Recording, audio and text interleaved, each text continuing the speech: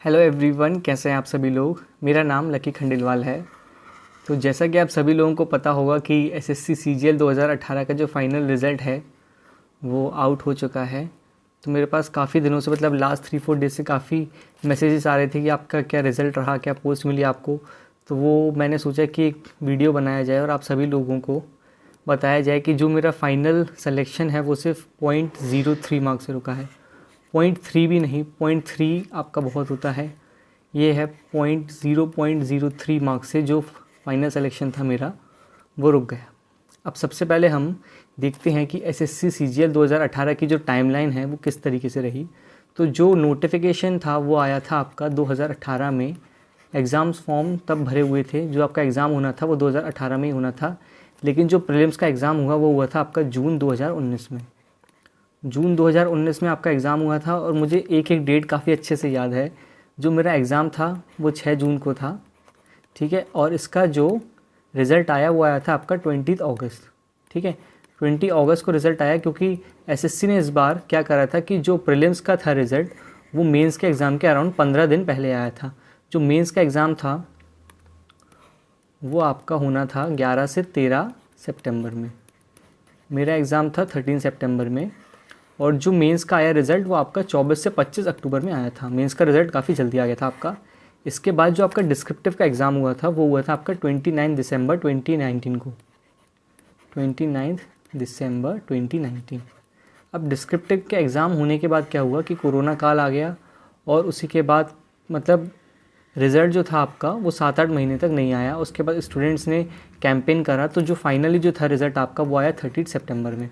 मतलब पूरे 9 महीने बाद आया आपका रिज़ल्ट डिस्क्रिप्टिव एग्ज़ाम का। इसके बाद जो आपका सीपीटी का एग्ज़ाम होता है कंप्यूटर बेस्ड वो हुआ मेरा 18 दिसंबर में। और जो मेरा डीवी का डेट था वो था आपका 2 फरवरी 2020। और जो फाइनल रिज़ल्ट आना था वो आना था आपका 31 मार्च 2021 को। लेकिन 31 मार्च को रिज़ल्ट नहीं आया। जो फाइनल आपका आया रिज़ल्ट वो आया 1 अप्रैल को, 1 अप्रैल 2021। तो अब जिस चीज़ का आपको बहुत बेसब्री से इंतज़ार है कि मेरा स्कोर कार्ड क्या था, अब मैं आप लोगों के सामने मेरा स्कोर कार्ड लेके आता हूँ। जैसा कि आप लोग देख पा रहे होंगे इसमें कि ये है मेरा स्कोर कार्ड, ठीक है। अब जिसमें मेरा जो टीयर 1 में स्कोर था वो था 155.93। 155.93 इसका हम एक बार सम कर लेते हैं, पूरा कैलकुलेटर से ही बता देता हूँ मैं आपको। प्लस 136.7 क्वांट में स्कोर थोड़ा कम रह गया था, 136.71 स्कोर था। इंग्लिश में स्कोर 200 में से काफ़ी अच्छा था, 188.86। और टीयर 3 में भी स्कोर था 65। तो मतलब जो मेरा फाइनल स्कोर निकल के आया था वो था आपका 546.5। अब मुझे पता था कि मेरा स्कोर है 546.5। तो जो आपका रिज़ल्ट आना था वो आना था 31 मार्च में 2021 में। अब 31 मार्च जो पूरा दिन था उसमें रिज़ल्ट नहीं आया। 31 मार्च को आप मानेंगे नहीं कि मैं लैपटॉप और फ़ोन दोनों खोल के बैठा था कि क्या रिज़ल्ट आएगा, क्योंकि मुझे भी जो मतलब मेरा जो रिएक्शन था रिज़ल्ट देखने के बाद वाला वो रिकॉर्ड करना था। तो मैंने लैपटॉप और फ़ोन दोनों सब मतलब दिन भर 31 मार्च को खुले हुए थे, करीबन 100-200 बार वेबसाइट रिफ़्रेश कर ली थी, लेकिन रिज़ल्ट नहीं आया था। अब 31 मार्च को रिज़ल्ट नहीं आया। अब पूरी उम्मीद थी कि अगर रिज़ल्ट 31 मार्च को नहीं आया है तो 1 अप्रैल में तो रिज़ल्ट पक्का आ जाएगा। अब 1 अप्रैल का सुबह से वही लैपटॉप और फ़ोन खुला हुआ था, पूरे दिन भर जो वेबसाइट है ssc.nic.in वेबसाइट खोले हुए हैं, रिफ़्रेश कर रहे हैं, क्योंकि स्कोर तो ठीक था, उम्मीद थी कि पोस्ट मिल जाएगी, ठीक है। अब मैं आपको कारण भी बताऊंगा कि इतना हाई कट ऑफ जाने का क्या कारण रहा। अब रफली आप मानिए कि शाम के 7 बज गए थे, नोटिफिकेशन आया रामो सर के वीडियो का कि एसएससी सीजीएल 2018 का जो फाइनल रिज़ल्ट है वो आ चुका है। अब वेबसाइट खोली, वेबसाइट पे कोई नोटिफिकेशन नहीं था, क्योंकि पता नहीं मतलब ये क्या चक्कर होता है, समझ नहीं आता कि एसएससी की जो वेबसाइट होती है उस पर जो रिज़ल्ट होता है वो लेट आता है, बट जो कोचिंग वाले होते हैं उनके पास रिज़ल्ट पहले पहुंच जाता है, ठीक है। तो फिर सर का टेलीग्राम चैनल देखा, उसमें जो रिज़ल्ट का राइटअप था वो मिला। अब पहले मैंने सोचा कि मैं राइटअप देखूं या फिर लिस्ट में अपना नाम चेक करूं। तो मैंने सोचा कि पहले हम राइटअप देखते हैं कि उसमें टीए एक्साइज़ का क्या कट ऑफ गया है, क्योंकि मुझे टीए एक्साइज़ मिलने की उम्मीद थी कि मुझे टीए एक्साइज़ की जो पोस्ट है, TA CBIC to be precise, TA CBIC की जो होती है पोस्ट वो मिलने की मुझे उम्मीद थी। तो मैंने सोचा कि पहले हम देखते हैं कि टीए सीबीआईसी का क्या कट ऑफ गया। TA-CBIC का जो था कट ऑफ वो था आपका अराउंड 547.82 मार्क्स। तो रफली आप देखेंगे जो मेरा स्कोर था 1.3 उससे कम था। अब मुझे एक उम्मीद तो मेरी चली गई थी कि मुझे TA एक्साइज की पोस्ट नहीं मिलेगी, लेकिन फिर भी मैंने सोचा कि और भी बहुत सारी ऐसी पोस्ट होती हैं तो मैं उनमें से किसी का देखूं कट ऑफ। आप मानेंगे नहीं, जब मैंने BRO का देखा कट ऑफ तो वो एक काफ़ी शॉकिंग चीज़ थी मेरे लिए। जो जैसे मेरा जो स्कोर था वो था 546.51 टू बी प्रिसाइज, ठीक है, और जो BRO का कट ऑफ था वो था 546.54। तो उसमें आप देखेंगे कि जो मेरा जो फाइनल था रिज़ल्ट वो 0.03 मार्क्स से मैं रह गया था। अब आप सोचेंगे कि 0.03 की क्या वैल्यू होती है।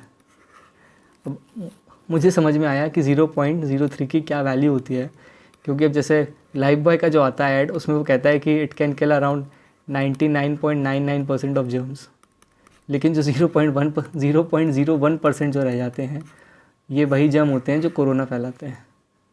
सेम चीज़ मेरे साथ हुई, मैंने 99.99% तो अचीव कर लिया, लेकिन जो 0.01 था उसने मुझे पीछे कर दिया, और ये मेरे लिए हुआ कोरोना।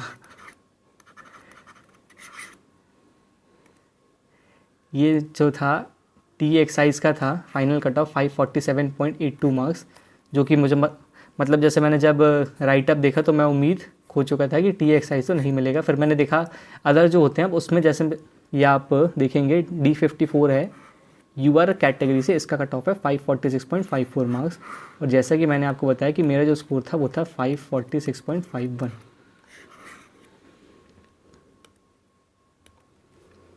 आप मानेंगे नहीं कि मतलब जो एक एस्पिरेंट है जो 3 साल से मेहनत कर रहा है, और मतलब रफली इतनी आपने चीज़ें देखी, जो लोग SSC CGL 2018 को फॉलो कर रहे हैं उन सभी लोगों को काफ़ी अच्छे से पता होगा कि जो CGL 2018 वाले जो हैं एस्पिरेंट्स, उन्होंने कितना कुछ फील किया है, क्या क्या हुआ है।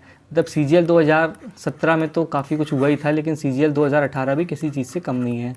मतलब रिज़ल्ट्स इतना लेट हुए, सब कुछ हुआ, लेकिन उसके बाद भी जब आप देखेंगे कि जब आप 3 साल तक किसी चीज़ के लिए स्ट्रगल करते हैं और उसके बाद आप 0.03 मार्क्स से रह जाते हैं, तो मतलब क्या ही इमोशनल ब्रेकडाउन हुआ होगा, आप सोच सकते हैं। और सिर्फ आपका ही नहीं, जो आपके जो फैमिली मेम्बर्स होते हैं, जो पेरेंट्स हैं आपके, उनको भी संभालना काफ़ी मुश्किल होता है इस इमोशनल ब्रेकडाउन में। बट 4-5 दिन का समय लगा, सब कुछ अब नॉर्मल होता जा रहा है। अब देखते हैं कि CGL 2019 में कैसा क्या होता है। मेरे साथ तो एक दूसरी प्रॉब्लम क्या है कि अब जो एग्ज़ाम सेंटर होता है ना, मैं रहता हूँ गुना मध्य प्रदेश में। एग्ज़ाम कभी भी गुना में नहीं होता है, एग्ज़ाम होता है या तो भोपाल, इंदौर या फिर रायपुर में। मेरा Tier 1 हुआ था इंदौर में, Tier 2 हुआ भोपाल में, और Tier 3 हुआ भोपाल में, और जो Tier 4 का जो CPT हुआ वो भोपाल में हुआ, और जो DV होता है वो हुआ आपका रायपुर में। तो मुझे बार बार इन चीज़ों के लिए बाहर भी जाना पड़ता है, बहुत कुछ एक्सपेंसेस होता है, वो सब वेस्ट चला गया। मतलब बुरा तो बहुत लगता है आपको कि जब आपका जो फाइनल सिलेक्शन है वो 0.03 नंबर से रह जाता है, लेकिन मतलब जो शुरुआत के रिज़ल्ट आने के बाद के जो कुछ पल थे वो मैं आपको बता भी नहीं सकता। और जो इमोशनल ब्रेकडाउन उसके बाद हुआ, सिर्फ मेरा ही नहीं, मेरी फैमिली का, पेरेंट्स का, उससे मतलब अभी भी हम लोग उस चीज़ से निकल ही रहे हैं। तो मेरा आप सभी लोगों से यही रिक्वेस्ट होगी कि मेरे जैसे बहुत लोग ऐसे होंगे जो मतलब 1 नंबर से, 1.5 नंबर से, या फिर 2 नंबर से, लेकिन शायद 0.03 मार्क्स से तो कोई भी नहीं रहा होगा। तो मेरी रिक्वेस्ट है उन सभी लोगों से कि अगर आप इतने कम मार्जिन से रहे हैं तो आप CGL 2020 की अच्छे से तैयारी करिए, मोटिवेटेड रहिए, और डेफिनेटली अगर आप अच्छे से मेहनत करते हैं तो आपको अपनी ड्रीम जॉब डेफिनेटली मिल जाएगी। अब मैं आपको एक बहुत ही इंपॉर्टेंट चीज़ बताता हूँ कि जो CGL 2018 का जो फाइनल कट ऑफ आया, इसमें जो मेनली आपका जो UR कैटेगरी का कट ऑफ इतना हाई गया, उसका मेन कारण क्या रहा। जैसे अगर आप देखते हैं तो ये है CGL 2017 का रिज़ल्ट, जिसमें अगर आप ध्यान से देखते हैं तो जो कैंडिडेट्स सेलेक्ट हुए थे वो थे 8120, जिसमें UR की वैकेंसी थी 4144,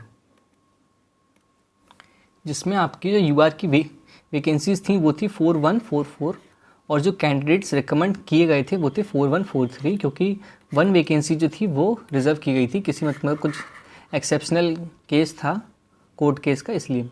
तो अब इसमें क्या हुआ, जो 4144 वैकेंसीज़ थी, इसमें रफली आप मानिए कि आपके 600 एस्पिरेंट्स ऐसे थे अदर कैटेगरीज़ में जिन्होंने यूआर कैटेगरी से लिया था सिलेक्शन।